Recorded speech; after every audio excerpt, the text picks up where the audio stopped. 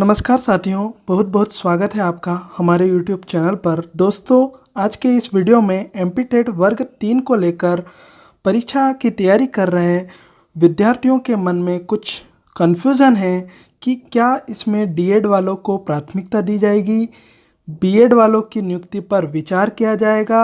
इन सभी प्रश्नों के उत्तर मैं इस वीडियो में आपको संपूर्ण विश्लेषण करके बताने वाला हूं दोस्तों।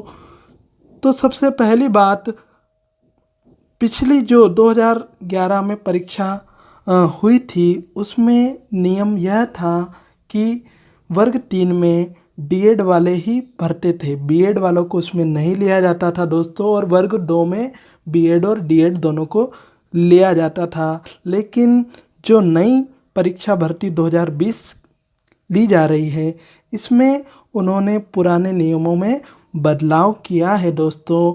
उसमें इन्होंने बीएड वालों को भी वर्ग 3 की परीक्षा में अप्लाई करने के लिए कहा था। बीएड वाले भी इसे अप्लाई कर सकते हैं।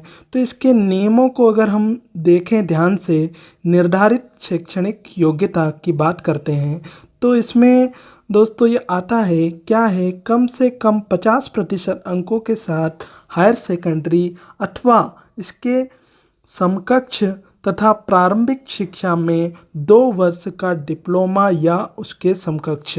मतलब यहाँ बोला गया है आपको जनरल कैटेगरी में 12वीं में 50% अंक होना चाहिए, उसके साथ ही आपको 2 वर्ष का डिप्लोमा जिसमें डीएड और डीएलएड शामिल हो। एक तो आपकी ये योग्यता होनी चाहिए, अथवा कर उन्होंने लिखा है दोस्तों कि 50% अंकों के साथ स्नातक तथा शिक्षा स्नातक जिसमें बीएड, जिसने राष्ट्रीय अध्यापक शिक्षा परिषद द्वारा मान्यता प्राप्त संस्थान से शिक्षा स्नातक की उपाधि प्राप्त की है, उस पर कक्षा 1 से 5 तक पढ़ाने के लिए अध्यापक के रूप में नियुक्ति पर विचार किया जाएगा।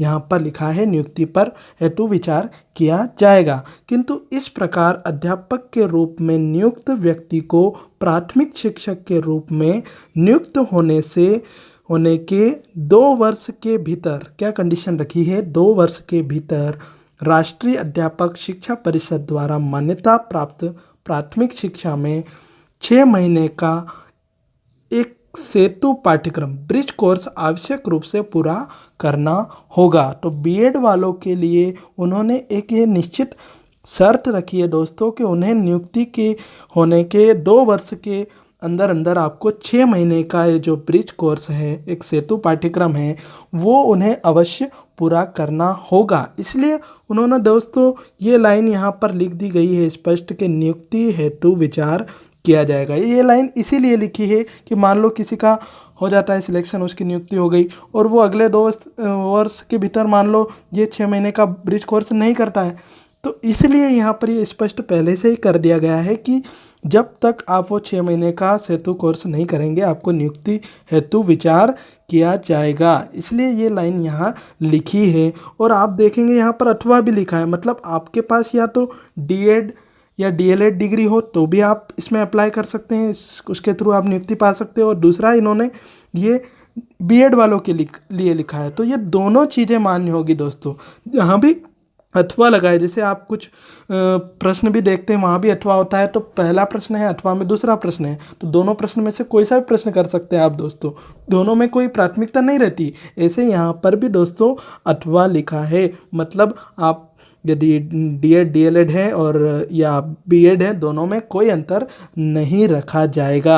ये नियुक्ति हेतु विचार इसलिए लिखा है क्योंकि यहाँ पर ये 6 महीने का आपको बाद में ब्रिज कोर्स करना आवश्यक होगा, इसलिए ये यहाँ लाइन स्पष्ट अभी से लिख दी गई है। मान लो कोई भविष्य में नहीं करता है तो वहाँ पर ये आपत्ति नहीं ले सके, इस कारण से ये लाइन लिखी है। लेकिन दोनों को समान प्राथमिकता दी जाएगी दोस्तों। जिसके नंबर परीक्षा में ज़्यादा होंगे उसी को ही अच्छा बेनिफिट मिलेगा, उसी को ही मेरिट लिस्ट में स्थान दिया जाएगा।